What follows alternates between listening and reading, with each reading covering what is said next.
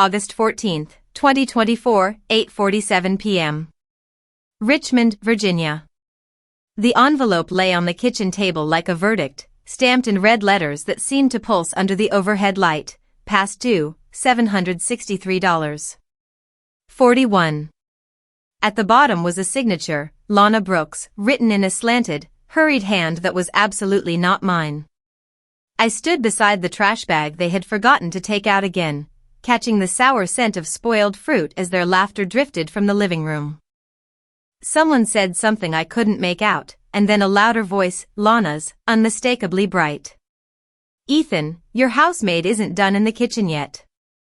Housemaid. About me. In my own home. I looked back at the bill, at the debt created under my name, sent to my address, as though I were expected to sweep up whatever mess they made, money, dishes, or dignity. A single thought rose, sharp and clean. How could they do this to me?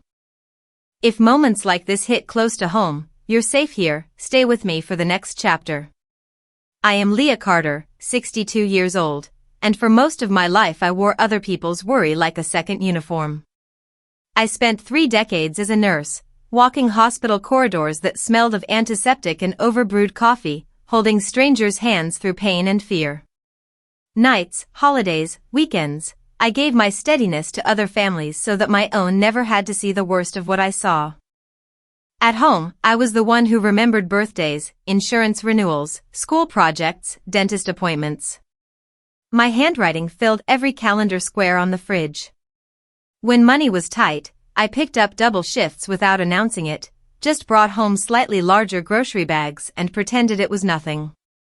Responsibility became my native language, spoken quietly, without applause. Ethan was my only child, the boy who once fell asleep on my chest with his fist clutching the edge of my scrub top. He grew up watching me lace my shoes in the dark before dawn, hearing the click of the front door as I left and the softer click when I returned. I thought my example would teach him gratitude, resilience, some kind of respect for effort. Perhaps it did, for a time.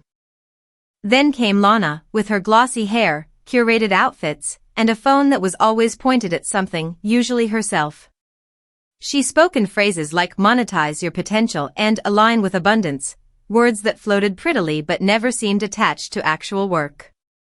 They married quickly, moved from one rented apartment to another, and arrived at my doorstep one afternoon with tired smiles and 2 suitcases. "Just until we get back on our feet, Mom," Ethan said, his arms around me. "Maybe a couple of months. Our landlord is selling, and Lana's business is about to really take off. We just need a little stability." Stability. That was another word for me. I had paid off my mortgage early by saying no to vacations and new cars, by packing leftovers into small plastic containers labeled with dates. The house in Richmond wasn't fancy, but every corner held a memory I had earned the hard way. When I opened the door wider for them that day, I thought I was welcoming my son and his wife into a safe harbor. They treated it like an upgrade. Within weeks, my routines bent around them. I started buying oat milk and imported coffee beans because Lana said regular milk didn't photograph well in her morning mug shots. The laundry piles doubled, then tripled, but the laundry baskets always seemed to come back to rest at my bedroom door. Groceries disappeared faster than I could restock them, and somehow the gas tank in my car was always closer to empty when I left for the store. On paper, nothing had changed. The bills still came in my name. The deed still had only my signature, the thermostat settings still depended on my comfort. But inside these walls, the balance had shifted. Ethan and Lana floated through the rooms as if I were the live-in staff, the quiet presence who kept things running without requiring acknowledgement. "They're just adjusting," I told myself on the nights I wiped down the counters after their late dinners, hearing their laughter float down the hallway. "They're young. They'll find their footing." Still, every time Lana referred to our place on her videos, gesturing at my living room as her backdrop, something small tightened in my chest. She never once said my name. Just our home, as though the house had sprung up out of nowhere the moment she chose an angle and good lighting. They relied on the meals I cooked, the laundry I washed, the groceries I paid for, the Wi-Fi I quietly upgraded so her uploads wouldn't stall. They relied on the steady hum of a refrigerator I'd bought in cash after years of saving. It was all invisible to them, like clean air or running water. They expected everything. They appreciated nothing.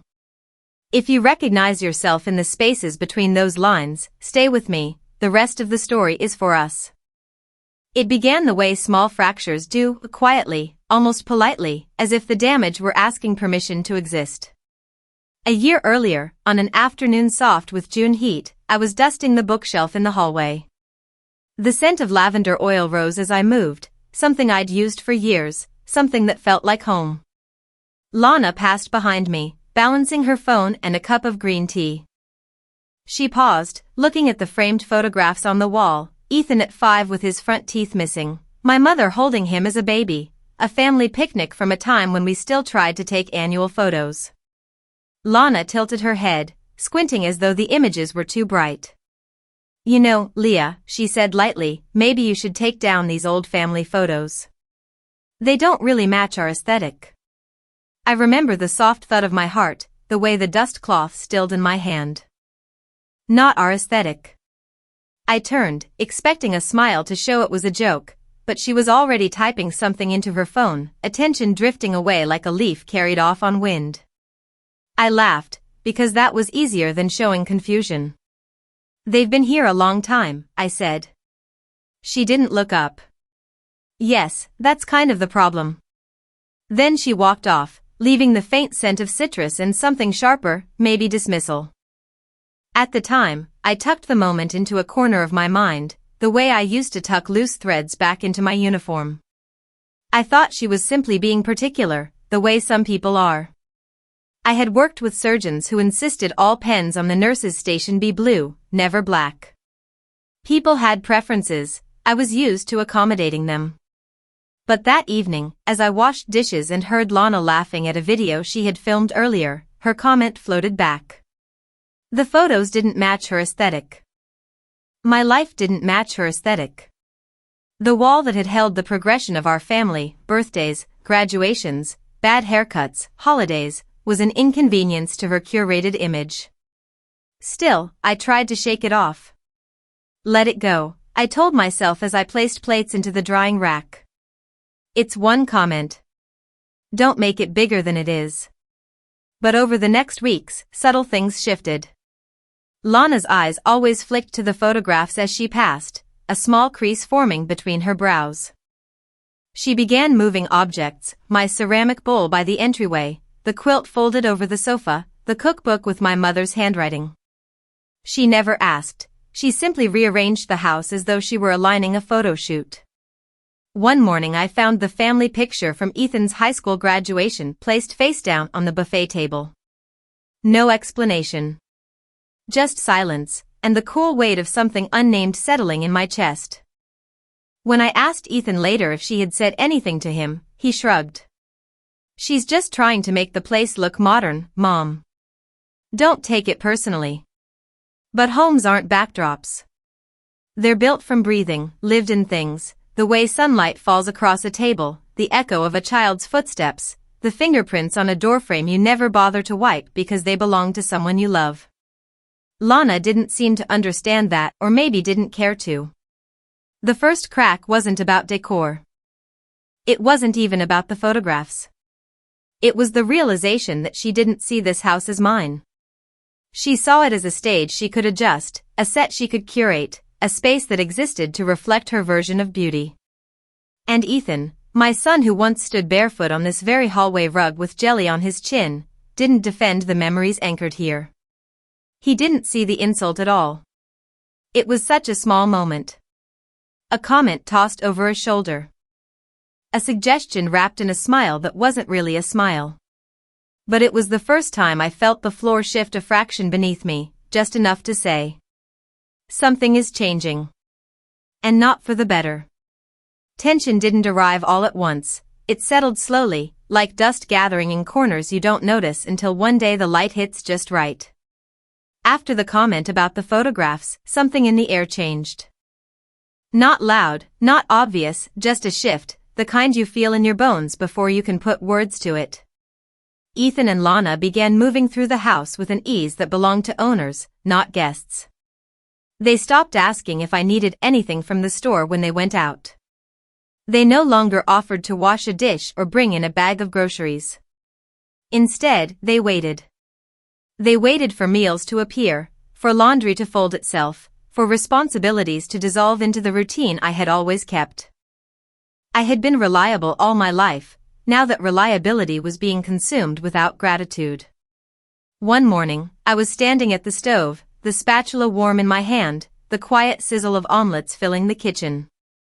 Lana drifted in wearing her silk robe, phone pressed to her shoulder, coffee mug extended subconsciously toward me. I poured her a cup out of habit. She didn't pause her conversation, didn't look my way, just murmured, "Some people are just meant for housework," before turning toward the dining room. The words didn't land like an insult at first.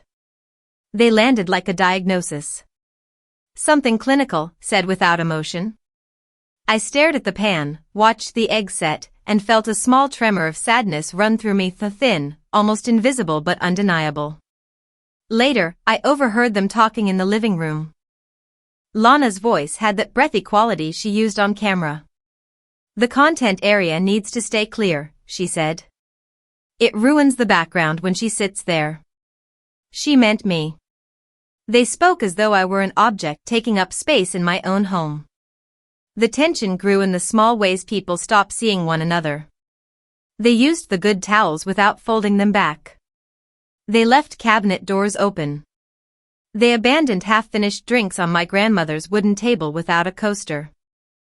They let shoes pile up by the door even though I tripped over them one evening and bruised my shin. Ethan only muttered, "Sorry, Mom," without lifting his eyes from his laptop. But there were subtler wounds too. The ones that live between words. A sigh when I sat in the living room. A glance exchanged over my head. A quiet closing of a door when I entered the room. I kept reminding myself that they were stressed, that they were young, that life hadn't gone the way they hoped. But excuses can't soften a tone that sharpens each day. And excuses can't erase the moment I realized they no longer thought of the house as something I built, it was something they occupied, reshaped, and expected me to maintain. One evening, while I watered my small fern on the kitchen windowsill, Ethan walked in and said, "Lana thinks you should keep your plants in your room. They're not really the style we're going for." I simply nodded. He didn't notice the silence that followed him out of the room. A week later, I found Lana filming in the living room. She had moved the armchair I used every morning into the hallway and placed a ring light in its spot. When she saw me, she didn't apologize. She only said, "Could you keep it down? I'm live in 5. Little by little, I felt myself reduced first to an assistant, then to a background figure, and finally to an obstacle. A quiet barrier between them and the life they wanted to perform. The house that once echoed with everyday sounds, the kettle boiling, the creak of the back door, the familiar rhythm of footsteps, now held a different tension. A rehearsed kind of living, as though real life was something to edit out. The sadness settled deeper than the anger. Anger is loud. Sadness is quiet, steady, patient. And it was patience that kept me in place then, believing that recognition or gratitude might eventually find its way back. But gratitude, once lost, rarely returns on its own. It arrived in the most ordinary way, slipped into my life like any other piece of mail. The afternoon was heavy with August heat, the kind that makes the air hum. I remember the sound of the refrigerator, the faint ticking of the kitchen clock, the way the sunlight cut a pale stripe across the tile as I opened the front door and bent to pick up the stack of envelopes on the mat. There was a grocery flyer, a coupon booklet, a charity appeal addressed to resident. And then, near the bottom, one stiff white envelope with my full name printed in bold, formal letters, Mrs. Leah Carter. The return address was the bank that held my mortgage years ago, the one I had celebrated paying off with a store-bought cake and a single candle. My thumb hesitated along the seal. Old habits tugged at me, anything from a bank deserved to be opened sitting down. I carried the envelope to the kitchen table, the same spot where I had found the past due notice with Lana's forged signature not long before. I set it down, smoothed the edge, and sat in the chair that faced the window. When I tore it open and unfolded the pages, my eyes went first to the numbers. They always do. Nurses are trained that way, check the vitals, then the story. There it was in black print, mortgage restructuring request, principal amount, $186,000. My stomach gave a slow, deliberate twist. At first I assumed it was some mistake, a misaddressed letter. My house was paid for. I had the deed locked in the small fireproof box in my bedroom closet, along with Ethan's birth certificate and my nursing license. I read the heading again, then let my gaze drift lower, scanning for the explanation. Under borrower information, my name appeared. Under co-owner, a second line waited, neat and confident, Ethan Carter and Lana Brooks. Below that, in a space marked authorization and consent, was a flowing script that attempted to imitate mine. It failed. The loops were wrong, too wide. The capital L of Leah was shaped like a stranger's. For a long moment, the world narrowed to the paper between my fingers and the feeling of my own pulse knocking gently in my throat. The refrigerator hummed. A car passed outside. Somewhere in the house, Lana laughed at something on her phone, that bright, performative sound she used when she wanted the whole world to know she was amused. My first thought was almost gentle, this cannot be real. I rose, walked to the hallway, and listened.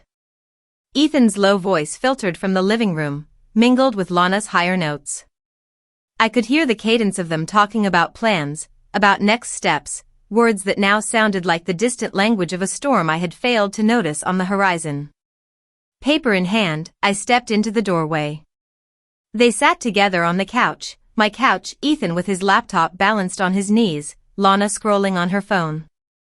They looked up at me as if I had interrupted a meeting. Mom? Ethan frowned. Everything okay? I held up the document. This came in the mail. Lana's eyes flicked to the bank logo, then back to my face. A brief shadow crossed her expression, gone almost before it formed. Oh, that, she said lightly. It's just some restructuring paperwork. Everyone's doing it. Interest rates, you know. My voice stayed level, but I could hear the distance in it. Why is my name on this as a co-owner? And why is there a signature that's supposed to be mine? Ethan shifted, the laptop sliding a little. It's a formality, Mom. The house has equity just sitting here.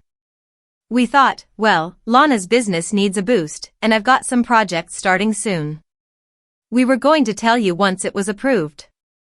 You forged my name. I didn't raise my voice. The words were plain, undeniable. They hung in the quiet between us. Lana gave a small laugh, the kind people use to smooth over unease. It's not forgery, Leah. It's streamlining. You would have agreed anyway. We're family. It's for all of us. All of us. I looked at them then, really looked, the relaxed sprawl of their bodies on furniture I had saved years to buy, the easy assumption that my sacrifice was theirs to allocate. My mind flashed through each extra shift I had taken, each vacation I had skipped, each night I'd fallen asleep in this house thinking, at least Ethan will always have a place to land. Now they were trying to turn that place into collateral without my consent.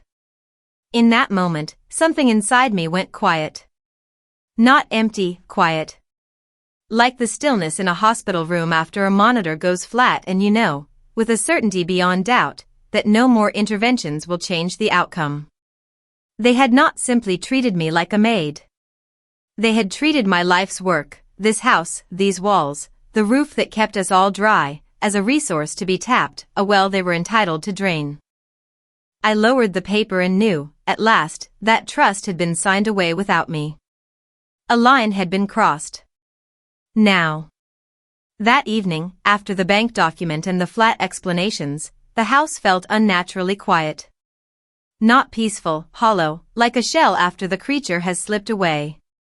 Ethan and Lana went out to clear their heads, leaving the front door swinging shut with a casualness that did not match the tremor they had left behind.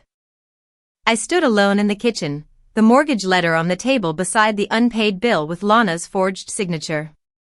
2 sheets of paper, thin as receipt tape, holding the weight of 30 years of work. The past due notice for $763.41. The restructuring request for $186,000. Numbers marching across the page like a verdict. For a long time, I simply listened. The refrigerator hummed. The clock ticked. Somewhere a neighbor's dog barked and then surrendered to silence. In the distance, I could just hear the faint thump of bass from a passing car. Ordinary sounds, wrapping themselves around an evening that was not ordinary at all. I sat down, folded my hands on the table, and watched the second hand make its patient way around the clock. With each click, another memory surfaced, the night I signed the original mortgage, the evenings I spent charting patient notes with my feet in a bucket of warm water, Ethan at 10 years old, coloring at the same table while I balanced my checkbook to the penny. I had built my life on small, careful choices. Pay this bill on time. Put $20 into savings. Say no to that trip. Say yes to the extra shift. It was not a glamorous way to live, but it was solid. Honest. Mine. Now my name had been bent into someone else's plan without my consent. My signature, my promise, had been counterfeited. That was the word my mind kept coming back to, counterfeit. Not just the ink, but the affection, the gratitude, the respect I had believed existed between us. I rose and walked down the hallway, the floor creaking in the familiar places. In the living room, Lana's ring light still stood beside the window, its empty circle catching a reflection of my face.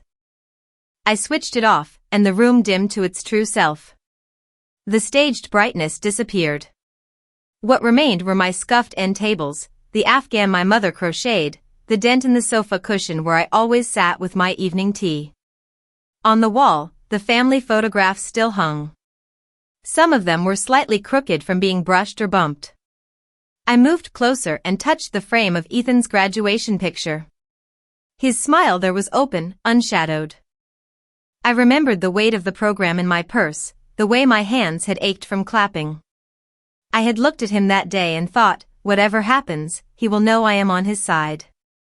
Standing there now, I understood something difficult and clear. Being on someone's side did not mean allowing them to harm you. Love was not the same thing as surrender. Support did not require self-erasure. In my bedroom, the small suitcase sat where it always did, half hidden under the bed. I pulled it out, dust rose, and I sat on the edge of the mattress.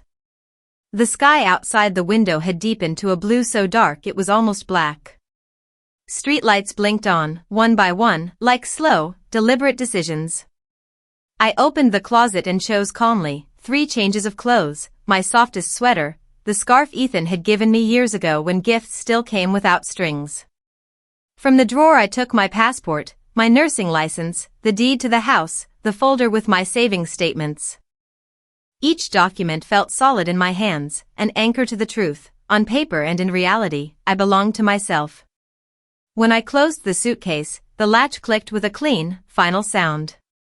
It reminded me of the way we used to close patient charts at the end of a shift, done, complete, nothing more to add. The chapter where I tried to be endlessly understanding had ended. There were no tears. Grief had already done its work in the quiet hours leading up to this. What I felt instead was a cool, steady current running through me, like a river that has finally found its natural course. I looked around the room one last time.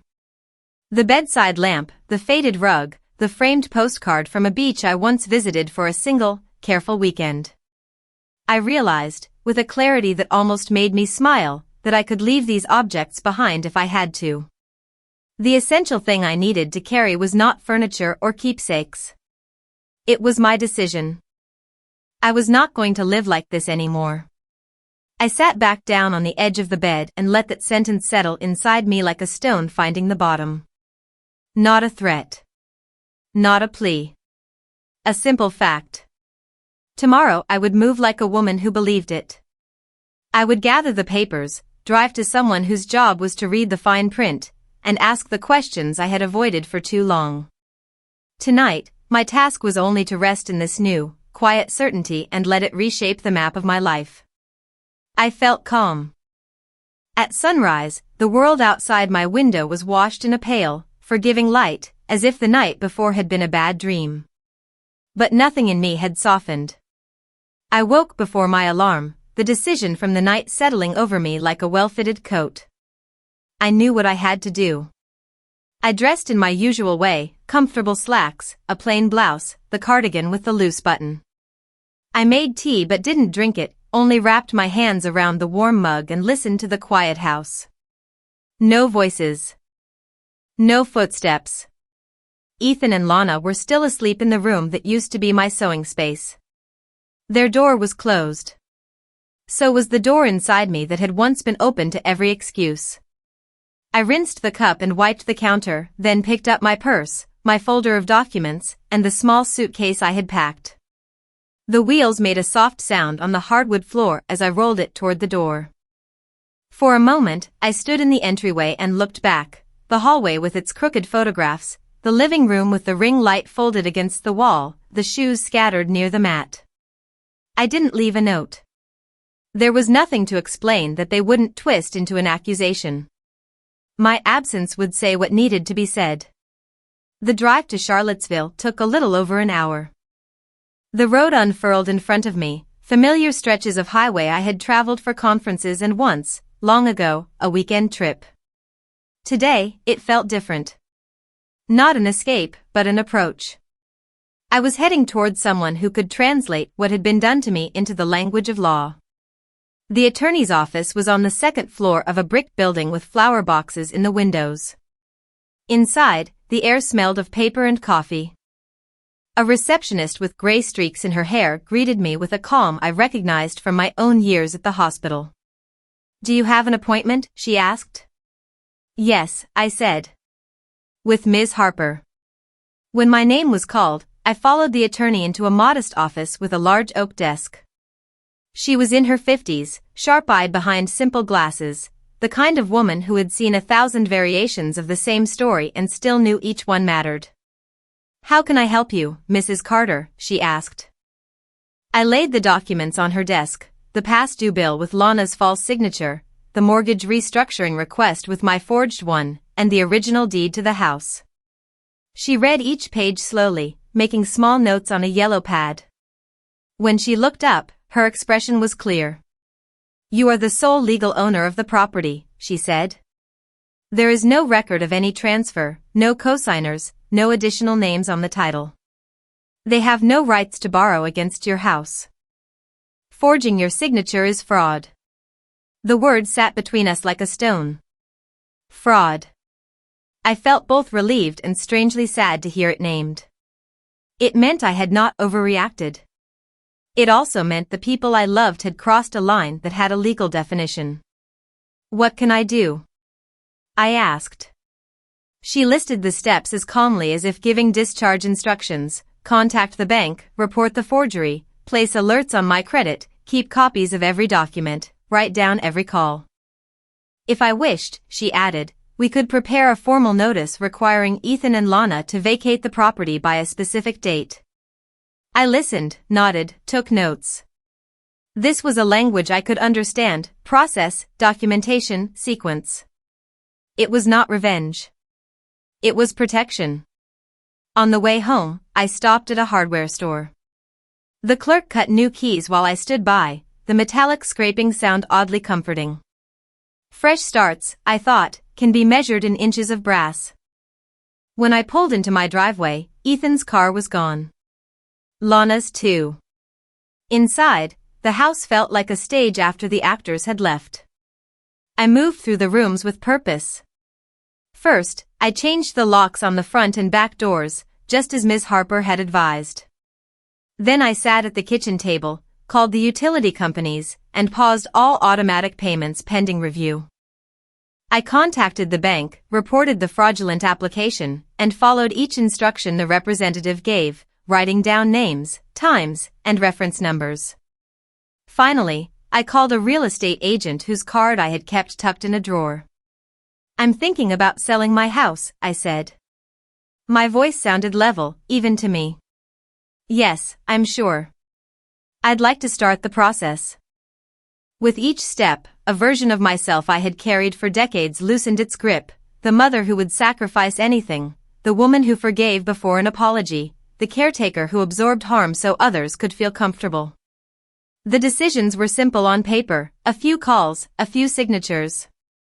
But inside, they marked the first time in years that I chose myself before anyone else. By late afternoon, the list was complete. The house was still standing, but the ground rules had shifted. I was no longer the obedient presence in the background. I was the owner. And at last, I was acting like it now. The fallout arrived faster than I expected. I had imagined days, maybe weeks, before they realized what I had done, but the first message came that same evening. I was sitting at the small table in the guest house I had rented for a few nights, the window cracked open to let in the sound of crickets, when my phone lit up with Ethan's name. "Mom, this must be a mistake," the text read. "The locks aren't working. Did something happen with the keys?" I stared at the screen for a moment before placing the phone face down. A second message chimed almost immediately. "Mom. Answer me." There was no question mark. Ethan had stopped asking questions weeks ago. Requests had quietly become demands. I let the phone buzz until it fell silent. An hour later, Lana's number appeared. Her messages came in a rapid stream, each one more frantic than the last. "Why can't we get in? Did you shut off the utilities? We have content to film tonight. You can't seriously be doing this." I breathed steadily, letting each notification pass like a wave hitting a distant shore. Their urgency no longer required anything from me. The next morning, my neighbor Mrs. Hargrove called. Her voice carried both concern and a hint of curiosity. "Leah, honey, I saw Ethan and his wife outside your house last night. They looked upset. Are you all right?" "I'm fine," I said. "Just making some changes." "Well," she sighed, "they left in quite a hurry. And there were some men knocking earlier today. Looked like, well, I don't know. Businessmen of some sort. Creditors." I didn't need her to say it. Later, I checked my email and found a message from the bank confirming that the fraudulent restructuring request had been flagged and frozen. Another message indicated a credit alert had been placed on my accounts. Miss Harper had been efficient. I felt a quiet gratitude for her thoroughness. By afternoon, Ethan tried calling 8 times. I didn't answer. Lana followed with a voice message, her tone wobbling between anger and desperation. "You're ruining our future," she said. "We needed that house. You know that. We've been trying so hard." Trying hard at what, I wondered. Filming curated mornings and selling borrowed affirmations? The thought brought no satisfaction, only a simple, steady truth. Their life had been built on the scaffolding of my labor, and I had finally stepped away. That evening, Mrs. Hargrove texted again. "They're gone," she wrote. "Left with suitcases." A tow truck picked up Ethan's car. I sat quietly, letting the words settle. Their collapse wasn't dramatic, it was procedural. Without my home, without my payments, without the illusion of stability I had provided, the cracks in their lives showed quickly. I didn't celebrate. I didn't gloat. I simply understood that this was what happened when you build your life on someone else's back and assume the foundation will never move. Justice, I realized, doesn't always arrive with fanfare. Sometimes it comes in small, quiet adjustments, a frozen account, a new lock, an unanswered call. And those adjustments, accumulated, form consequences others must finally face on their own. In the days that followed, I learned new details in fragments. A former client of Lana's posted online about unpaid invoices. One of Ethan's freelance partners emailed me by mistake, asking if he planned to return equipment he had borrowed months earlier. The threads of their carefully presented life unraveled quietly, almost politely, without spectacle. I felt no triumph watching it happen, only a calm acceptance that people eventually meet the truth they try to outrun. I walked each morning along the narrow path outside the guest house, listening to the wind shift through the trees, feeling my breath settle into a rhythm that finally belonged to me. It was the first time in years that I woke without bracing myself for someone else's needs. Freedom, I realized, does not always announce itself. Sometimes it arrives as a simple absence of dread, a clean slate waiting to be filled by your own steady choices. Soon, my days took on a quieter shape. I kept my phone on silent, not out of avoidance but because I no longer waited for anyone's permission to feel at ease. I made lists of things I wanted to do once the house sold, small things, practical things, nothing extravagant. A new kettle. Fresh linens. Perhaps a weekend trip to the coast when the weather cooled.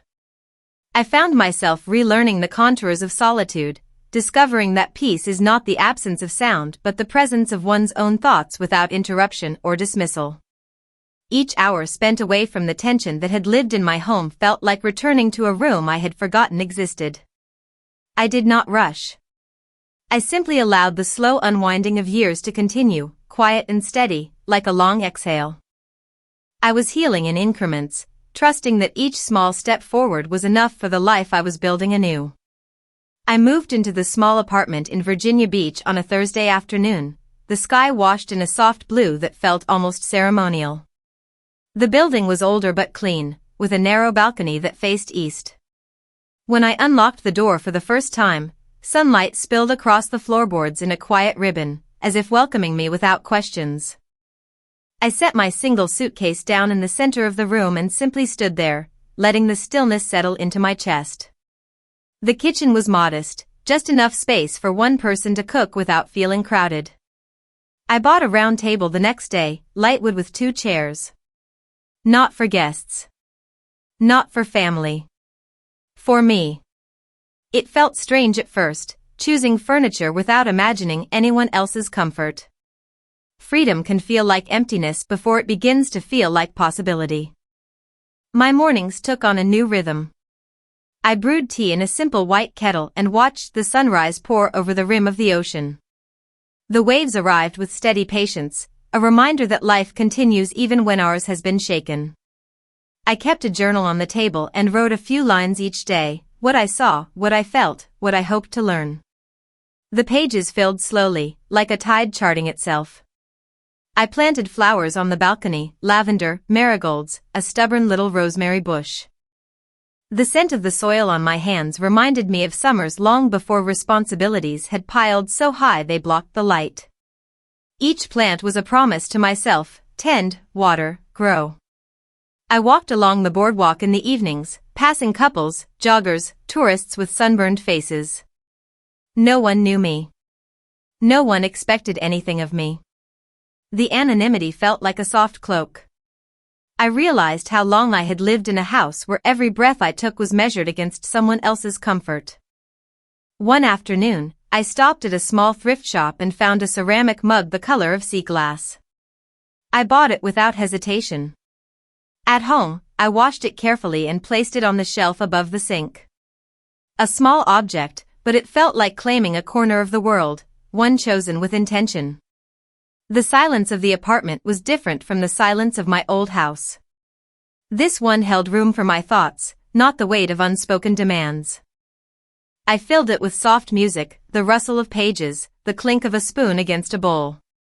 Ordinary sounds, but they belonged to me alone now. Sometimes I thought about Ethan and Lana, not with anger, but with a kind of distant clarity. People make choices, and choices build walls or doors. They had chosen walls. I had chosen a door. Day by day, my life began to feel like something I was living rather than surviving. In the quiet stretches of afternoon, I learned to rest without guilt. I sat on the balcony with my feet propped on the railing, feeling the breeze move through the lavender.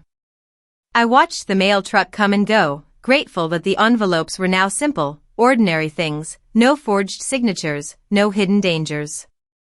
I cooked meals for one and found that food tasted different when it wasn't rushed or overshadowed by tension. I discovered new pathways near the water, slow trails that invited reflection. I carried no burdens heavier than my own thoughts. On weekends, I visited the local library. The quiet halls felt like old friends. I borrowed books on gardening, memoirs written by women who had rebuilt their lives, novels with soft edges and hopeful endings. I didn't rush through the pages. I let each story settle beside mine, gentle reminders that reinvention is not a single act but an ongoing practice. Occasionally, neighbors stopped to chat. A retired teacher who baked blueberry muffins. A young mother juggling a stroller and grocery bags. A widower who tended roses with almost reverent care. These small interactions became threads in a new kind of community, one that didn't ask for anything except presence. At night, I lit a candle on the table and let its glow fill the apartment. The scent was sandalwood, warm and grounding. I breathed deeply, feeling the tension in my shoulders ease a little more each day. Healing, I realized, wasn't dramatic. It was a collection of small, consistent choices that built a life sturdy enough to stand in.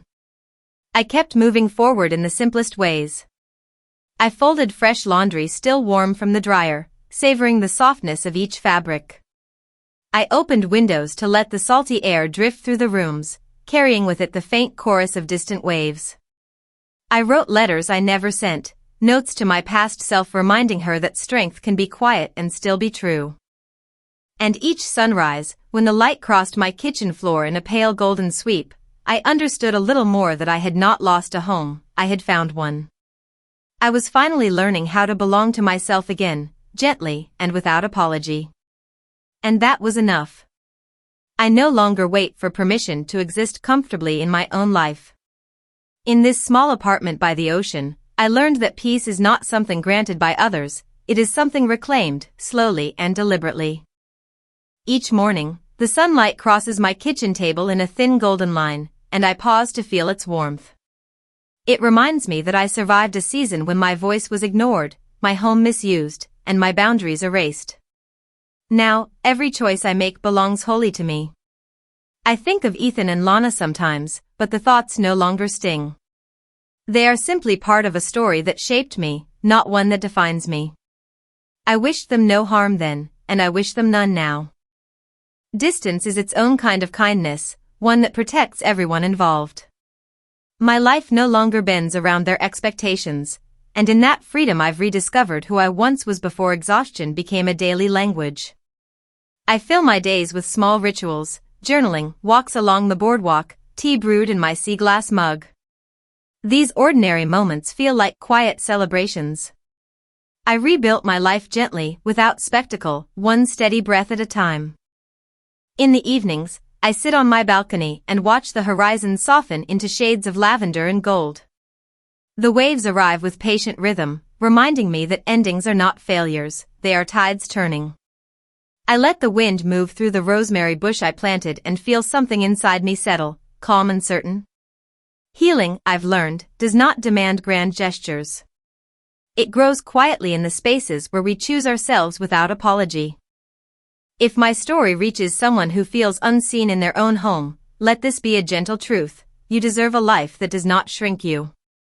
You deserve rooms where your presence is not an inconvenience. Freedom begins the moment you decide that your worth is not up for negotiation. And if this touched a familiar place in you, stay close, subscribe to hear more truths where silence becomes strength.